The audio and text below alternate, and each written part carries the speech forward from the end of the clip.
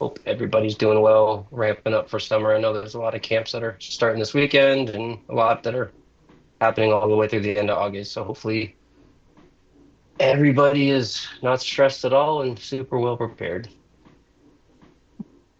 For the people that are on right now, we'll give everyone about another minute or so. If you want to kind of follow along and kind of go through the steps as we're going through how everything works, feel free to scan the QR code if you don't already have the app downloaded. And if you use the demo account with the username demo, password diabetes with a capital D, you'll be able to log on and kind of follow along with everything that we're doing and showing how all the steps work for most. We're gonna really run through how all of the tools work. And you'll probably hear me say this multiple times, that realistically how these tools work and how you guys use them is really gonna come down to your camp's protocol and your medical director's protocol, not necessarily like what we can and can't do. So we'll show you how the tools work. You guys as an organization and as a staff will figure out how you're going to implement that use in your setting. Sweet. We will get started. So real quick, some things that we're going to go over just so everyone's on the same page. I'll give a couple of introductions. The first thing I'll go over, because I know there's a lot of camps that are logging onto this right now that have used this in the past, and just kind of go through some updates that we've made in the last 6 to 7 months since a lot of the camps last run. How all the user roles work, what they can and can't do. Start with the basics of just really how you log in, some updates that we've made to the login page, overview of all the functions from medication documenting to automatic note documenting, the log sheets. The dashboard is one of the big things that we'll go through because I know it's a big hiccup and can be a stressful part of especially that first day of camp. So we'll go through really some troubleshooting, how everything works with that, and then also the offline mode, how that function works and what you guys should be prepared for if you are in a situation where you need to use that. So real quick, our team here, we work for the Nevada Diabetes Association. ViewsEMR is a product that the Nevada Diabetes Association created almost 2 decades ago. It is something that we run through our nonprofit, where we also run 5 resident programs up and down Nevada and California. Kim Gradisher is our executive director. My name is Nate Gibson. I'm the director of Views EMR and director of operations for the organization.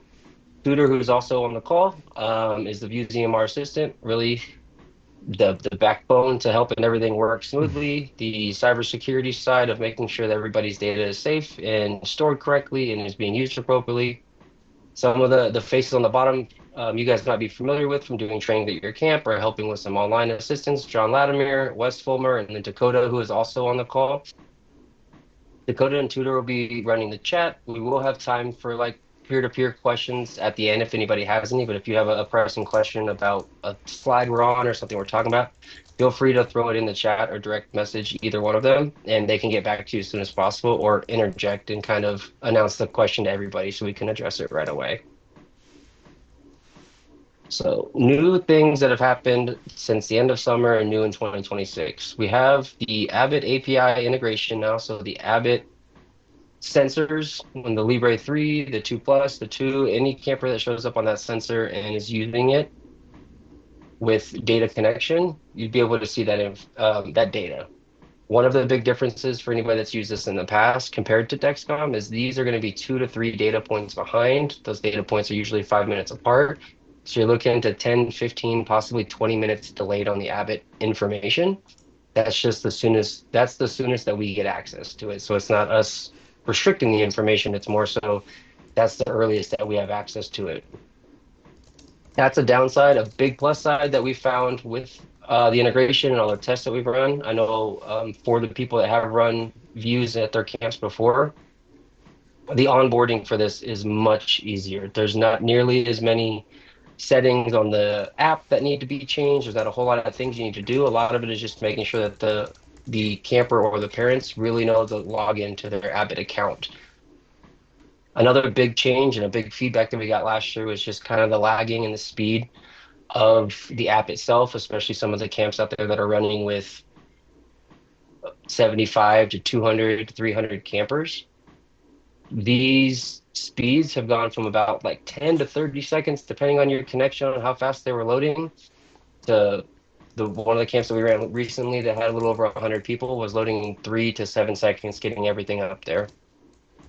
The dashboard as well, just a little bit more user friendly on the way that it's loading, so it doesn't look so confusing when it's popping up, to really get you guys the data that you need to see in the most easy way to read as possible. Another big thing that was asked last year is when documenting the notes within the log sheets or within the notes section of the log sheet, is being able to document a picture, whether that's a picture of a sprained ankle, a bug bite, an infected pump site, maybe taking a picture of a physical document that a parent brings with them to camp that has information on it. You can put that in the camper's notes of their chart and just take a picture of that piece of paper or whatever it is that you would need to. Also, documenting, one of the big pieces of feedback that we got over the last couple of years is really the want to see the username of the person that documented the note to quickly be able to reference who treated a low blood sugar in the afternoon, who signed off on giving more insulin than maybe the math called for. So being able to see that information really easily to address any potential issues that you guys could maybe run into while you're at camp. So there's 3 different types of roles, user roles, that can log in and use the EMR functions while you guys are at camp. You have your administrators, which is pretty self-explanatory, the end-all be-all of how things are going to run for your organization, setting up the log sheets, setting up all the user roles for your organization. That role can see all the information, see all the participants, access and control all of the functions, and access for the other user roles that are there. You have your medical staff login. So whether you're doing this training from a camp, a hospital, a school, a study, whatever situation you guys might be in, that medical role can do all of the medical documentation, access all the EMR functions that the administrators give them access to, while also being able to document insulin and medications and be able to view all of that information for each camper that is at camp. Then you have your staff or your counselor role that is a lot more restricted. So they can create and edit their own charts. So they can go into camper Dakota's chart, document at lunchtime that his blood sugar is 150. He's going to eat 50 carbs. That's the extent of a mealtime documenting that a staff can do. They cannot document insulin. They cannot document any medication given. And not only can they not document the medication that's given, they can't even see that part of the chart. So a staff member who isn't licensed, that you haven't given that access to, can't even see the information that's not pertaining to what their role is at camp and overseeing the campers you guys have with diabetes. So how to log in? I know since we started the first couple of slides, there's a couple of people that are still logging on. So feel free, if you would like to scan the QR code, if you don't already have the app downloaded, use the username demo, DEMO, and password diabetes with a capital D. As soon as you log in with that, like I had said before, you'll use the login once. As soon as you sign in, it'll ask if you would like to use the biometrics on your device to log in. Through the last couple of years of a lot more cybersecurity, a lot more things upcoming with what we have to implement into the app is much more complicated passwords as a minimum.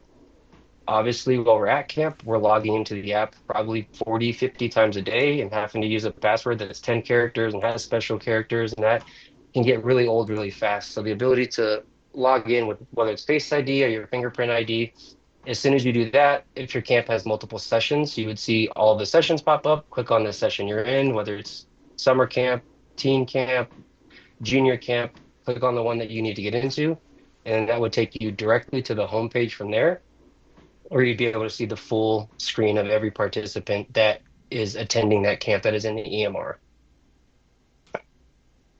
Stay on this one for another couple of seconds in case anybody wants to scan the QR code. And while you guys are in the demo session as well, feel free, click on anything, upload any note, kind of type whatever you want in there, play with all the function. All of the information outside of the real-time blood sugars and that is not real. The blood sugar that you see on our volunteers that we're happy to utilize their either Dexcom or Abbott CGM to kind of give everybody a fighting chance before camp to really figure out how this stuff works. So like I said, that will take you to the homepage. From the homepage, where you'll see the big, huge list of campers, you'll be able to view, filter, search, and select any participant. So you can search their name, you can filter by cabin or group, you can filter by gender, medication time. So if you just want to see the campers who have morning meds, you'll be able to filter by that. And also, if you schedule out your site changes, this is also where you can filter to be able to see maybe who has a site change on Wednesday, for example, and really make sure that all those get done accordingly. Another function on this page is that little star in the upper left-hand corner. If you star a camper or you star any one of the cards that you see on there, those ones will go directly to the top. So these are automatically in alphabetical order by last name. But if you star those certain campers, maybe those are the ones that are in your cabin, those will pop up to the top of your list every single time. This is where you can also see the mealtime dosing status. So if you see the BLDBT, so that's breakfast, lunch, dinner, bedtime, those are where when we go through the log sheet, I'll show you that as soon as they have all the medication and insulin that they need at a mealtime, they would get a check mark there. So it makes it really easy, maybe, let's just say right after breakfast, to look through the whole page, and everybody should have a green check mark next to B. If they didn't, maybe they didn't get a post bolus. Maybe they didn't actually check in with the medical staff and document a blood sugar. So it's a really easy way to troubleshoot potentially missing something throughout any mealtime. That purple button that says docs on it, those are documents that your administrator can put within the app. Automatically in there is the ViewsEMR user guide, but they can upload things like the camp schedule, what the meal is. Something I really recommend for every camp that has a lot of medical staff, I know we do it as well, is uploading just your standing orders that your medical director has. And then from there, you can view all of those documents for everybody. All right, so the dashboard. This is a really big portion, and in my opinion, I've been to a little over 30 diabetes camps over the last 4 or 5 years around the country. This has really revolutionized the care, the ease of the medical staff in giving full doses and being able to see this, the overnight care for campers. This has really revolutionized the way that diabetes camps go, and the ability to keep the campers in range, add activities more, sleeping more, from being able to see this screen right here. And real quick, a quick little story. This is the camp that I was at when I was in Montana. We did the training. We just got through check-in. You can see the campers down in this picture in the upper right are out down there swimming. I was standing there with the medical staff, kind of going through what the dashboard looks like, how all of this works. And she saw the 48 and dropped me. She goes, "Oh, that's one of my kids. Oh, one of my kids is at the swim test. There he is. He's just sitting next to the beach right there." And then she went and walked down there, completely unresponsive, was super low. So within the first 6 hours of camp running, we're able to prevent an extreme hypoglycemia that could have led to something maybe catastrophic at a water activity, just by being able to pull up the dashboard and see what everybody was doing. So instead of something catastrophic happening, we were able to go down and give a couple bags of fruit snacks, get his blood sugar back up, and then he just gets to go right back out and swim with the rest of his friends at camp. So how to onboard the participants onto the dashboard. There's 3 options right here. One of the options that's not there is any of the camps that are on here. If you're using the online registration, if they register for camp through ViewsEMR and use the online registration, they do that. They onboard their CGM when they register. If you're not using the registration and you have to do it on a kind of a one-by-one basis for each camper, option 1 would be your easiest way. You can copy and paste the unique URL for each camper. So if you look at the URL that's on there, you see Dexcom, registration, and then the 5-digit number. Every camper that you create is going to have a different number for each CGM, whether it's Abbott or Dexcom. So sending out those links to the families beforehand, and they can onboard themselves, hopefully show up to camp, and everything's working great. If that doesn't work, or God forbid, parents don't open their emails, they don't click the links, and they don't do that before camp, when they get there within the app, when you're authenticating an account, you can pull up a QR code, just kind of turn your phone or your tablet over to the parents. They can scan it and they can onboard them directly from their phone, from the parent's device, right then and there to get them onto the dashboard.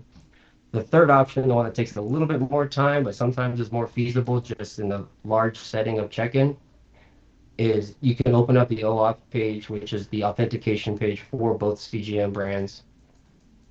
open it up on that tablet or on your cell phone, hand the parent your phone, and they can just log in directly from there. So all three options work exactly the same. Option two and option three can potentially lead to a little bit more time needed at check-in, but everything will work the same. If you aren't able to do the first option or you're not using the registration, just take into account when you do have the day of check-in, using the last two options right there. It is going to add a little bit more time because not everybody knows their username and password for every account that they have. So being able to, that's why we try to push people to use the QR code, because if parents or campers are able to use their own phones to scan it when it takes them to that page, usually their Face ID or something, their password's saved on their device, and they're able to log in a little bit faster. So then you get through all that. Now you have access. You have this huge screen with all these colors and all these numbers, and it's super awesome that we're going to be able to keep everybody in range for the entire week. So what you're able to see from this dashboard is the real-time Dexcom reading, up to date, the most up-to-date Libre information that we can get, a 7-day time and range percentage from 80 to 100. This is super beneficial. I know a lot of camps do a pre-camp log or a pre-camp chart, whether they print out their log sheet or they write down their blood sugars for a week. I've been going to camp for almost 30 years. I can tell you right now, my entire time as a camper, I just lied about what my blood sugar was the week before because I didn't want anybody to get mad at me. This is a really good way to just kind of really get a snapshot of what that week before camp looked like when they're checking in. Okay, your time in range is 30%. It's like, okay, so we know that they're kind of all over the place going into a week of camp, or maybe the time in range is 90%. And say, okay, this camper has really good control. Maybe at meal times we'll ask them what they want to do because they seem to have a pretty good hold on their diabetes care. On the dashboard, you also have the ability to see the manually entered finger sticks and CGM values. So if a camper or somebody is not using a cell phone as their receiver, so we have no access to that information, when you're documenting in the log sheet and you document a 105 blood sugar from the CGM, that value is going to pop up. Obviously, those are going to be at the user's discretion of how often those are getting uploaded, but at least you can see the last noted blood sugar if you're not able to see it remotely. Another thing on the web app only is if you have the web app open and you have the dashboard open, if a blood sugar goes from in range to below range, so if you look at the color scheme on the dashboard in the top right, if it goes from green to red, you'll hear a pretty subtle audible alert. It's not going to tell you who's low. It's not going to tell you what to do. It's not going to tell you what their blood sugar is. It's just notifying you that somebody has moved into a hypoglycemic range and notifying you to look at the screen and figure out who and what's going on. If any of the camps have campers use their own cell phones at camp and they have access to them and they document in the events tab on the G6 or G7 app, those will also pop up within the camp. I've seen that a lot at teen camps where maybe the teenagers have a lot of control over what they're doing when they're at camps. They're documenting things themselves. If they document it within the events tab on the G6 or G7 app, those events also pop up on the dashboard as well. And then from the dashboard, you can also pull up a quick reference to their log sheet, the retrospective graph for both Abbott and Dexcom. So I could click on any of these campers and pull up that graph that you see right underneath it. If I see a 65 and dropping, okay, they've been between 80 and 90 all day. I'm not going to freak out too much. Or I see 65 and dropping and they were 300 25 minutes ago. It's a little bit of different reaction being able to see that retrospective data. So one last thing on the dashboard, especially when onboarding the campers, is troubleshooting on the Dexcom side of it. Like I mentioned, the Abbott one, we really haven't seen a whole lot of these nuances of having to do certain things. It's been pretty straightforward with the Dexcom and the share and all the other functions that that app has. There is a few things that causes a little bit of hit and miss with the data. So if you're getting those gray boxes that say it was 30 minutes ago, it was 4 hours ago, it was 2 days ago, or if you get a white box and you're like, I know they logged in to an account, but no data is showing, here's 5 steps that I would really focus on to do before you move on to trying to figure out what, like, if somebody did something incorrectly. First and foremost is making sure that they have cell phone data or Wi-Fi data so that that phone is not on SOS, that the phone is not on airplane mode or anything like that, it needs access to some sort of data to send the blood sugar somewhere for us to go get it. The second step is, if that is the case, is to make sure the share function is turned on. Our access to the Dexcom information is through the share cloud that Dexcom has. So that function does need to be on. And they also need to have an active follower. The active follower doesn't need to be on, they can be paused. So if you guys don't want parents and nurses and grandparents to see the blood sugars, you can pause all the followers, but they have to have somebody on there that triggers the app to send the information to the cloud. What happens a lot in these instances, especially when you get the white box that you see on the top right there, is a parent logs in to the Dexcom account. They can't remember their password. They reset their password. They log in. Everything works. But when they reset their password at check-in, over the next couple of hours, when Dexcom starts sending information to itself, that camper's phone is going to get logged out of its account because the parents changed the password to log in. So making sure that their account isn't logged out on the actual camper's device. One thing that's not on here that I always forget to mention, but I want to make sure I say now, a big thing with the gray boxes, especially if it's the middle of the day and you're getting those and it's been 90 minutes since I saw the last blood sugar, the number one culprit for that is almost always their phone's dead. They forgot to charge it the night before. Or if you make the campers surrender their phones at check-in, they're not going to want to charge it.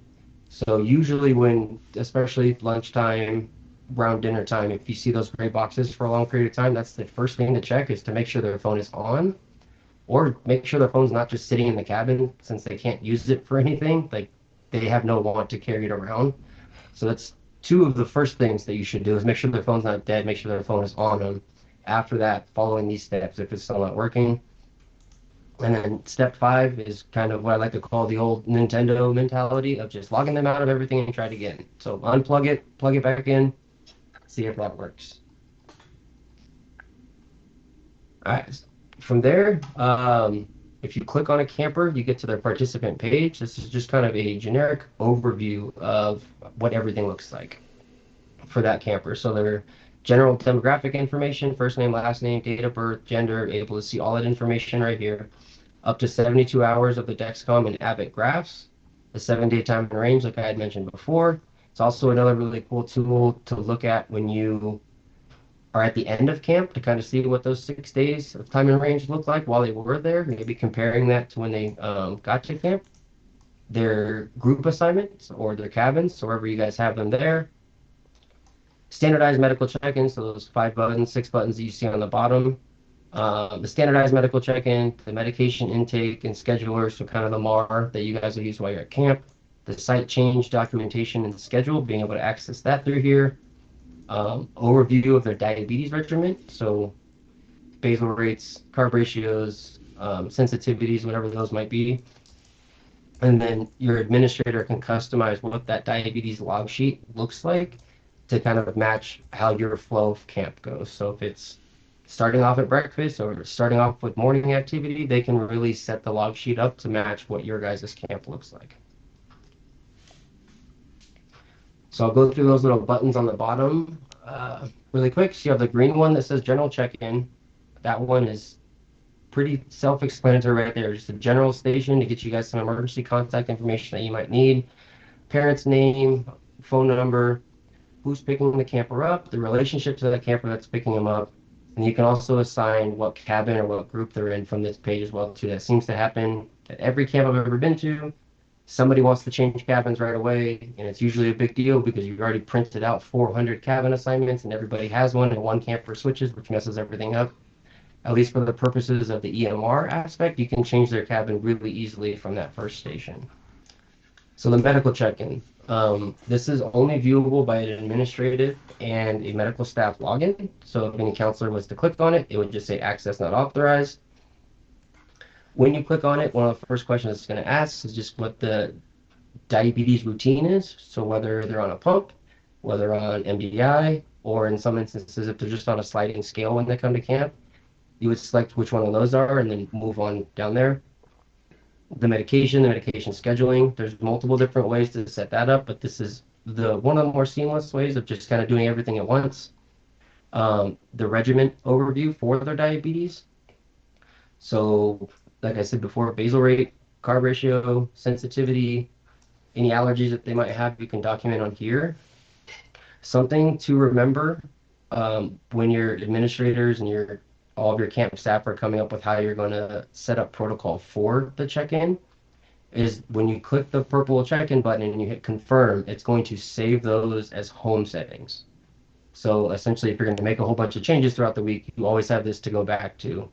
If your camp is set up that you have maybe 4 or 5 different types of medical check-in, I would suggest using the log sheet edit button to go through check-in. That way you can keep editing as long as you want to, and it's not going to hard save it. And then after you're done with check-in, you can hit the confirm, and then now, okay, now we have a full scope of what all the home settings were. And like I mentioned on that, if you look on the bottom screenshot right there, all this information can be edited or created from the log sheet. So you see the basal info, carb ratios, correction factors, they all have the little edit button next to the title. If you click that, it opens up the exact same medical check-in page that you're looking at, and you can make any changes that you need to from there. Site change. This is a very useful function that I think almost every camp is using now, unless they have something set up towards regimented of certain people do it on certain days. But if Dakota was to walk up to me at check-in and say, I changed my site yesterday, cool, we're going to schedule you for 2 days from now. When those 2 days come up, I can filter and see out of 100 kids, how many of those kids have site changes scheduled for that Tuesday. So, okay, we have 30 kids scheduled today. We're going to break those up between the 3 meals so we can get them all done and make sure nobody gets missed. God forbid, at a diabetes camp, a pump site where a CGM rips off earlier than expected, this is something you come in to the site change, document the change with the correct day that it fell off, with the correct day you put a new one on, and then if it was supposed to get changed on Tuesday, it fell off on Monday, you can then schedule the next pump site for Wednesday or Thursday. And then anything you do within the site change module part of the EMR automatically documents where the pump site was put, whether it was a pump or a CGM, what time it happened, who was documenting that they saw that it happened, or they're confirming that the pump site was done. So the medications, like I said, there is an ability to document this at the medical check-in part of it, but the medications is its own tool in itself. So if you're to click on the medications button, it'll pull up a administered or an edit meds option. If you hit the edit meds, you can add medications, take them away, do whatever you need to really within this function to make it work in the protocol that your camp has, and flow the way your camp works.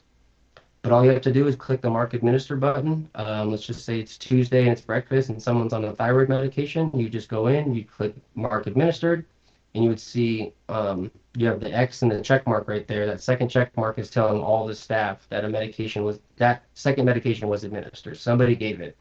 This is really helpful when you have 150 kids and 95 of them are on meds in the morning, to be able to filter the morning meds. And my goal is to look through all 95 kids and see 95 check marks. Everyone got their medication, and figuring that out at 9:30 in the morning instead of 8:30 in the morning the next day that a medication got forgot the day before. Really being able to catch this stuff as it goes.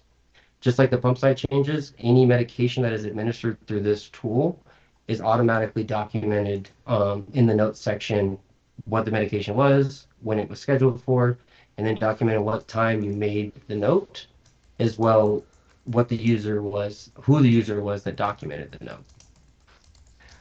One cool tool that I have seen a lot of camps use over the last few years with this medication tool that we have is they've started putting the MDI campers long-acting insulin as a daily medication. You have a whole bunch of diabetic campers, you have 150 kids, you might have 4 that are on basal insulin. So putting that basal insulin into the daily medications is just that easy stopgap to make sure that, okay, everyone that is on MDI gets that basal medication every day. And if you look on the bottom right there, that's just an example of kind of what the green check mark looks like, that, hey, this got signed off on somebody documented that this medication or this insulin was given. So if there's any, mostly counselors on this call pay really close attention to dysfunction, especially counselors and medical staff, because this is where you're going to spend probably 98% of the time that you're using the app is in the log sheet documenting things.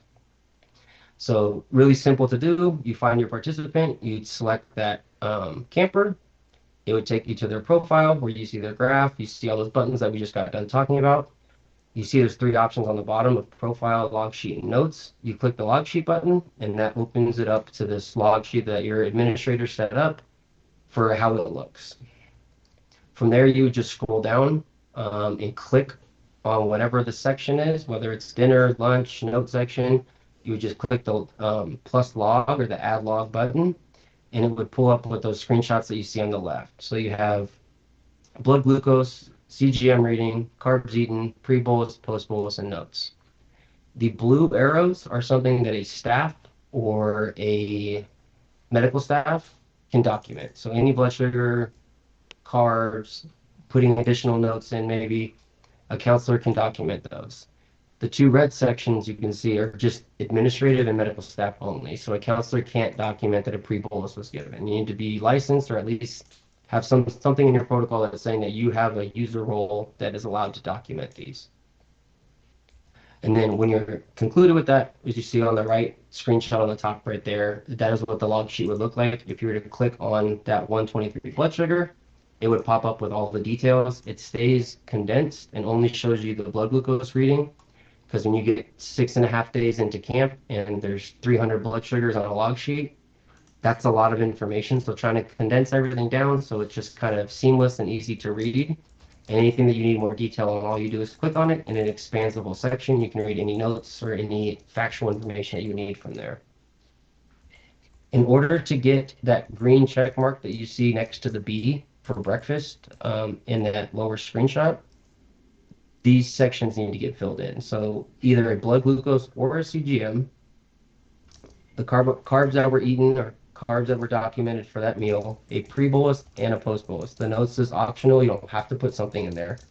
But 4 of those 5 inputs need to be done. So either blood or CGM, carbs, pre and post-bolus. If your camp protocol is like we only bolus after the meal or we only pre-bolus or we don't document post-bolus because we don't do seconds, my suggestion, if that is what your protocol dictates, is you're not post-bolusing, to make sure you put 0 in that field, because that also tells parents or medical staff after camp that it wasn't that you forgot to give insulin after the meal, it's that you didn't give any insulin.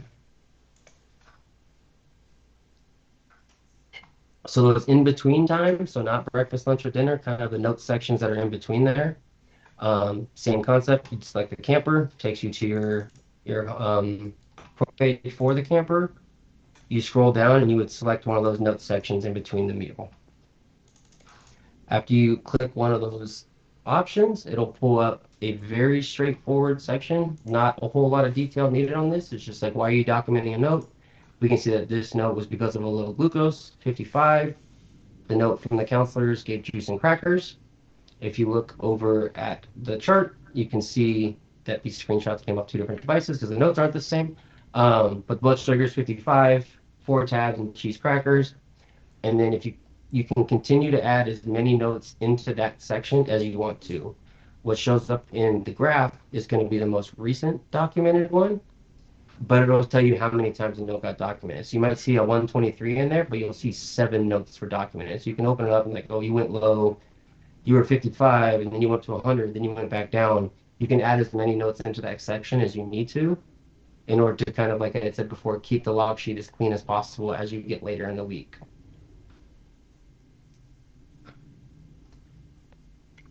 All right, so the participant notes section. So that bottom right section, when you open up a camper's profile, it just says notes.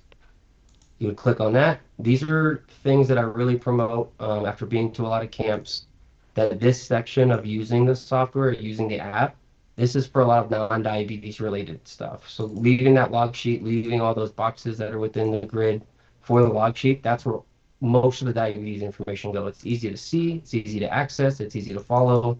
using this for things that maybe aren't diabetes related that you need to document within the EMR. So there's four different types of notes that you can document, four different types of sections where these notes can get documented. You'll see three of them right here. You have your general note.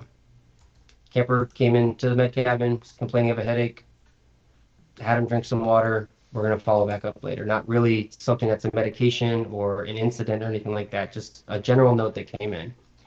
Like we went over before, the medication administration, so those automatic medications that are getting administered. That same example I just gave, camper comes into the medical cabin or the infirmary, has a headache, gave ibuprofen. That's probably something you'd want to document in a medication aspect of the note section. You have your site changes to where if you needed, if you weren't using the site change tool, you just want to document a site change was given. You could put that into there for a site or a CGM. With all of these notes, one of our newer functions, like I went over in the beginning, especially useful I found with the general note section, is being able to take a photo from these. So camper rolls their ankle playing basketball, steps in a pothole, falls and scrapes their leg. Being able to document what happened, document what you did, and then also potentially take a picture of the injury or take a picture of if a doctor writes a prescription for antibiotics, being able to like, hey, here's a copy of the prescription that the doctor wrote to go into whatever it is that protocol dictate for your camp to do next. And so continuing on, the fourth way to document into that notes section is making diabetes regimen changes. So something that I know happens probably 40 times a day at every diabetes camp around the country is changing correction factors, changing carb ratios. So when you're doing that within the software, you'd select your camper, you go to the log sheet, which again is that bottom button, bottom middle button on their profile, and then you have the edit button next to all of the options on there. That pulls up the same thing that says, that looks like the medical check-in portion. Make any changes that you want to, whether it's the correction factor, basal rate, medication, make any of the changes that you need to from this page. And what that does is any and all changes that are made to the regimen, made to that page, are automatically documented in that camper's chart. Not only does it document the changes, it documents what they were before. So if you, when you see in this example, correction factors were updated, went from 1 to 50 over 100, and 1 to 25 over 100. The new values they changed, so it's just 1 to 100 instead of 1 to 50. If you want to explain this note more, you don't just want to say that, you want to give a reasoning why you did, you could pull the note up. Again, you have the edit button in the top right there, and you can add more notes to like change the correction factor because they kept going low, and that was the most common thought of why they're going low, the correction factor is too aggressive. So any changes made to their diabetes regimen are automatically documented, which really helps with one, your medical staff staying on the same page, and two, when camp is over and they go back home, the parents have a kind of a track of what got changed, what it was originally. If they sit at home and play video games all day, they're never active, and they come to camp and they're running around all the time, they probably need to go back to what their regimen was before camp. So being able to have a full track of what those values look like as you guys are changing them. The attention toggle. So if for everybody that's following along within the demo environment right now, you'll probably see a lot of purple, a lot of orange, a lot of white. Those are all protocol driven on what your staff wants to do with them. So it just changes the color of the camper's card from white to orange or white to purple. If they're both on, it'll be purple, not orange. So the purple will supersede the orange color if they're both on. But your staff dictates kind of what those attention toggles mean. Whether it's purple is they need to come to see a medical professional for a non-emergency reason as soon as possible. I've seen orange used a lot for like, hey, these are the ones that are scheduled for pump site changes today, just so we can see and check off that those ones got done. But those are just kind of two tools or one tool with two colors that you and your staff can really figure out what you want those attention toggles to mean. And then the fun part, the checkout aspect of it. So again, pretty self-explanatory when you open up the homepage, select your camper, the last button on their options is checkout. From here, it'll say where they picked up by the appropriate person. It'll show you who the pickup party was from that first station, from the first day of camp. Do they want a PDF copy of their medical sheet? So this is another thing that comes down to your camp's protocol if you're sending it to everybody.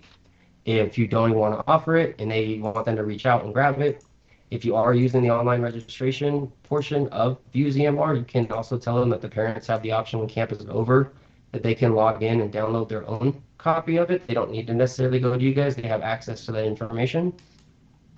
And then, of course, any comments that the parents may have had, that if your medical staff is checking out or counselors are checking people out, they can document like mom was really upset or dad was stoked and wants to volunteer and give the organization a bunch of money. They can put anything that they want in that notes section aspect of the checkout where the administrators can go back and view everything.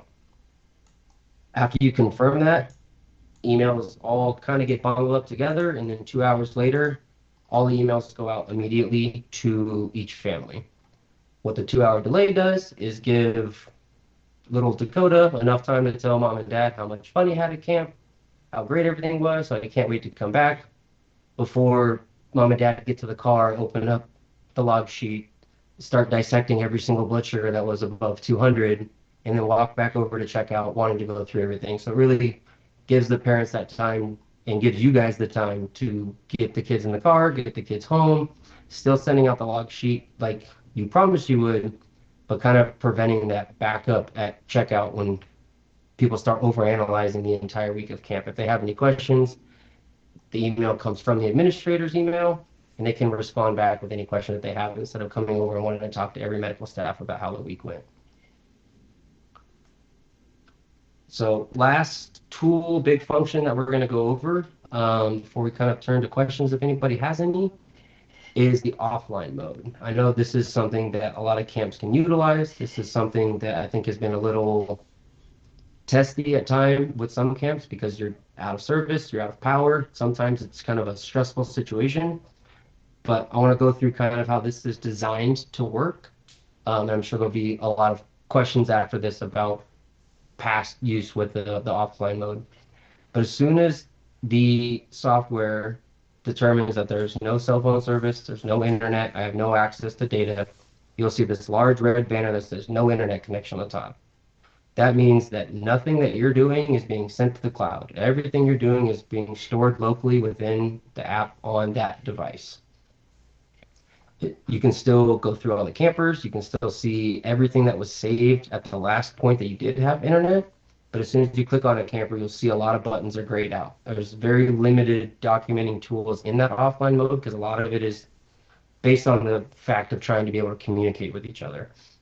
But you see that you still have access to the site change tools, so you can still document those. You still have access to all their medications, what is on there, what they're taking, when they're supposed to take it. You can document it as well still, but things like check-in and trying to log them into their Dexcom, trying to change their full medical check-in and stuff like that, those tools aren't accessible because you really need data connection in order for those ones to work. Same thing with checkout. This would probably be the most utilized function during the offline mode is the log sheet, being able to continue to document, continue if there's a thunderstorm, a tornado, earthquake, the tree falls and takes down a power line, whatever it might be, being able to still see the diabetes regimen, still be able to document, that option is still there to do. And like I said before, stored locally within the app on the device that you are using. It's not stored within the camper's profile. It's where, cool, I documented on Dakota. Now everybody can see just Dakota. It's stored on Nate's personal device that he's using right then and there. When the connection is restored, so you can see in the middle example, I typed in with no internet connection, 55 juice and crackers. Internet was restored. I was able to refresh the page. You see 55 juice and crackers. And you can also see the follow-up blood sugar that was all put in with no connection. So some tips, a lot of phone calls and concerns that I get with camps that do run into situations where they have to use the offline mode and they run into problems with it. is one of the things to realize with the offline mode is it is a short-term solution for hopefully a short-term problem.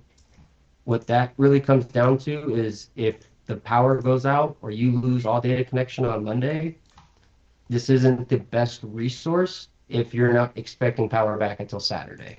This is something to get you through maybe a small power outage because of heat, or the internet went down, or waiting for it to reboot. It's going to take a couple hours. Another tip, if you're using the offline mode, is to try to limit the number of devices that are documenting. One of the examples that I've seen a lot happen with this is Nate and Tudor, our two counselors, are documenting for a cabin. We both document a blood sugar for Dakota offline, so it's on each of our devices, and we both get connection at the same time. Now that one chart has conflicting numbers that are trying to go into the same spot, and either only one's going to go in, or it's not going to convert correctly, or it's just not going to be able to upload because now it doesn't know what to do because there's more data in that field than there's supposed to be. So really trying to limit the amount of people you have documenting in offline mode could really lead to the successful use case of it. One really helpful tip, I know for a lot of the camps that offline mode works because they have adventure camp, or they go on a long hike, or they're going somewhere where they know there's no service, is during those activities, during those events where things are going not well and you lost all data connection, is to put your device into airplane mode so it's not searching for cell phone coverage. Because what happens a lot of times if you're going in and out, whether it's on a hike or in and out of like internet working, not working, is you'll be documenting and then you'll get service back and then the page will reset because now you have service again and you try to upload everything. So you start documenting, you lose service, you go into offline mode. So just putting it into airplane mode so you stay in it until you're done documenting whatever it is that you need to, and then putting it back into service mode for everything to upload. And for any of the administrators or leaders that are on this that have pool or say, or you guys come up with your policies, is taking everything that I just said with this offline mode, if something was to happen, and kind of have a plan with your team of this is what we're going to do if we lose service. This is what we're going to do if we aren't able to document on the internet because it's not working. That way, when it does happen, which it hopefully doesn't, it seems like every time people prepare for something like this, it never happens. But if that situation does present itself, your staff is already aware of what to do. Instead of just kind of going with the flow, power goes out, everyone's documenting, everyone's trying, things are going up and down, just kind of having a plan for what you're going to do as an organization, as a camp, before things like this happen or before the power goes out or anything like that. This is a page that when I share this presentation with all of the camp directors and leadership is a really useful sheet to make sure that before, if your camp starts on Sunday, before everybody goes to bed on Sunday or before the campers get there on Sunday, that every staff can check all of these boxes that pertain to what they're going to do at camp. I left one of them open because if there's one thing that I've learned from going to all the camps, that every camp does something extremely different than every other camp. So being able to just kind of have an open box there to like, this is what we're going to do, whether it's understanding why we're toggling this or understanding how you're going to document certain things that happen at certain times. So being able to just kind of put your own twist on this to give all the staff right before to make sure everybody's as competent as possible, that everybody understands this as good as possible, before kind of the craziness of check-in starts.